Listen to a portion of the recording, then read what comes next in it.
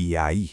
Sabe quando a gente olha para o governo e pensa, mas como é que essa máquina toda funciona de verdade? Pois é, hoje a gente vai mergulhar fundo nisso, dar uma espiada no sistema operacional do Estado brasileiro, e o nosso guia vai ser o próprio manual de regras que quem quer ser servidor público precisa ter na ponta da língua.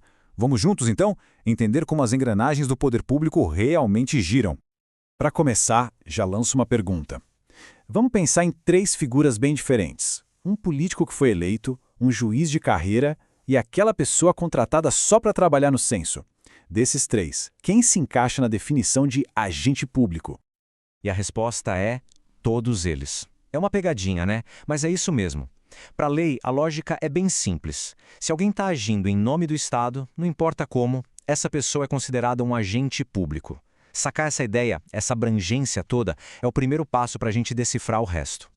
O nosso roteiro de hoje está bem definido, olha só. Primeiro, vamos focar nas pessoas. Quem são esses agentes públicos? Depois, a gente parte para as ações, o que eles podem ou não fazer. Em seguida, olhamos a estrutura, como o governo se organiza por dentro. E por fim, a gente amarra tudo, porque afinal, essas regras todas são tão importantes para o nosso dia a dia. Então, vamos lá, começando pela peça-chave de tudo, as pessoas. Quem, exatamente, a lei considera um agente público? A resposta, como a gente já viu, vai muito além daquele servidor concursado que costumamos imaginar. É bom pensar no termo agente público como um guarda-chuva gigante. Embaixo dele cabe todo mundo, desde o presidente da República até um mesário que trabalha voluntariamente num domingo de eleição. A lógica é essa. Prestou um serviço para o Estado de qualquer jeito, então, para a lei, é um agente público. Agora, olha só que detalhe interessante, uma daquelas sutilezas da lei que mudam tudo. O servidor público pode se sindicalizar?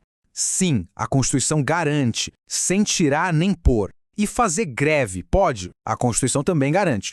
Só que aqui tem um mais bem grande.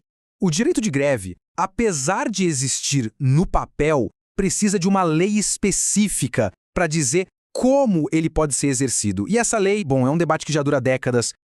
Vamos trazer isso para um caso prático para ver como as regras funcionam na vida real. Imagina só, um servidor concursado, com estabilidade, decide entrar para a política. Ele se candidata e ganha. É eleito prefeito da cidade. E aí, como fica a situação dele? Para isso, a Constituição tem uma saída bem inteligente. A pessoa é afastada do cargo concursado para poder assumir a prefeitura, e o mais curioso é que ela pode escolher qual remuneração quer receber. É uma forma de não desestimular que um técnico de carreira assuma um cargo político por uma questão de grana. Muito bem, já entendemos quem são os agentes. Agora, a pergunta é, o que eles fazem?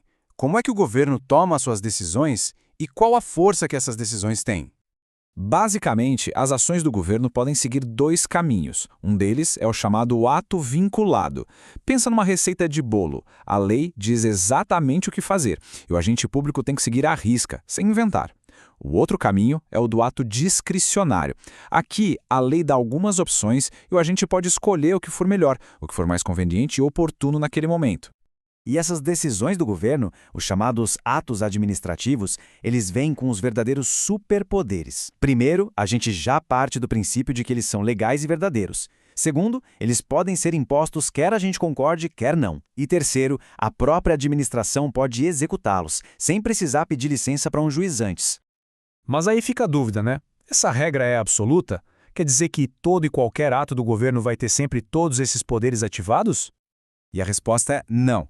O exemplo da multa de trânsito é perfeito para entender isso. Ela tem a presunção de legalidade, ok? Ela é imposta, ok? Mas ela não tem o superpoder da autoexecutoriedade. Ou seja, se a pessoa não pagar a multa, o governo não pode simplesmente ir lá e pegar o dinheiro da conta dela. Para isso, vai precisar entrar na justiça.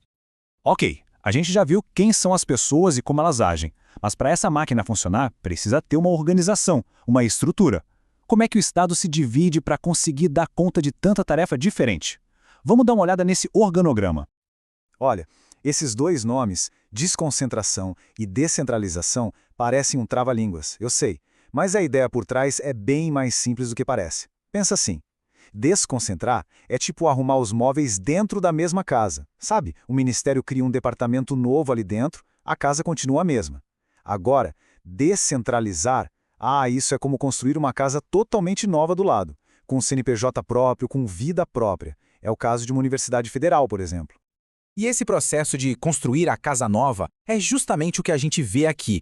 Começa com o governo central percebendo uma necessidade. Aí, o Congresso aprova uma lei que funciona como a certidão de nascimento dessa nova entidade. A partir daí, essa entidade, tipo uma universidade, ganha autonomia para cuidar do próprio dinheiro e tomar as próprias decisões.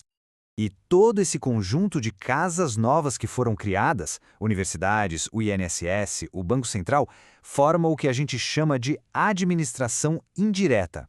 A palavra-chave aqui é vinculada. Essas entidades não são subordinadas ao ministério que as criou. Não é uma relação de chefe e funcionário. Elas têm autonomia, mas continuam ligadas a ele para um controle final, para um alinhamento das políticas. Certo. Chegamos ao ponto final. Por que gastar tempo entendendo tudo isso? Porque é esse conjunto de regras que define como o Estado se relaciona com cada um de nós. É o que estabelece os limites do poder e as responsabilidades de quem o exerce. E talvez o princípio mais poderoso de todos seja este. O governo tem o dever de corrigir os próprios erros. Uma lei federal muito importante, que é a base da nossa análise, diz com todas as letras que a administração deve anular seus atos ilegais. Percebe? Não é uma escolha, é uma obrigação. E para mostrar que esses limites não são só papo furado, eu quero que um número fique na cabeça de todo mundo. O número é 5. Lembra do 5? Então, ele representa o número de anos. A lei diz o seguinte: se o governo cometeu um erro, um ato ilegal que acabou beneficiando alguém, ele tem um prazo de 5 anos para anular esse ato. Se esse prazo passar e a pessoa estava de boa fé, o direito dela está garantido. Isso é um escudo poderoso que a gente tem chamado decadência, que traz segurança jurídica para todo mundo. Então, o que a gente tira de toda essa conversa? Primeiro, que o conceito de agente público é muito mais amplo do que parece. Segundo, que as ações do governo são sim muito poderosas, mas não são um cheque em branco. Terceiro, que a estrutura do Estado foi pensada para dividir tarefas e criar especialistas. E, talvez o mais importante, que todo esse manual de regras existe por um motivo: garantir que o poder não seja absoluto e que quem o exerça tenha responsabilidades. Para fechar, fica uma reflexão no ar. A gente viu que a própria administração tem o dever de se corrigir. Mas, e se ela não o fizer? Se o governo que está amarrado por todas essas regras simplesmente decidir ignorá-las, quem é que garante que a lei vai ser cumprida no final das contas? Bom, aí entram em campo outros mecanismos de controle, mas isso já é assunto para uma outra análise.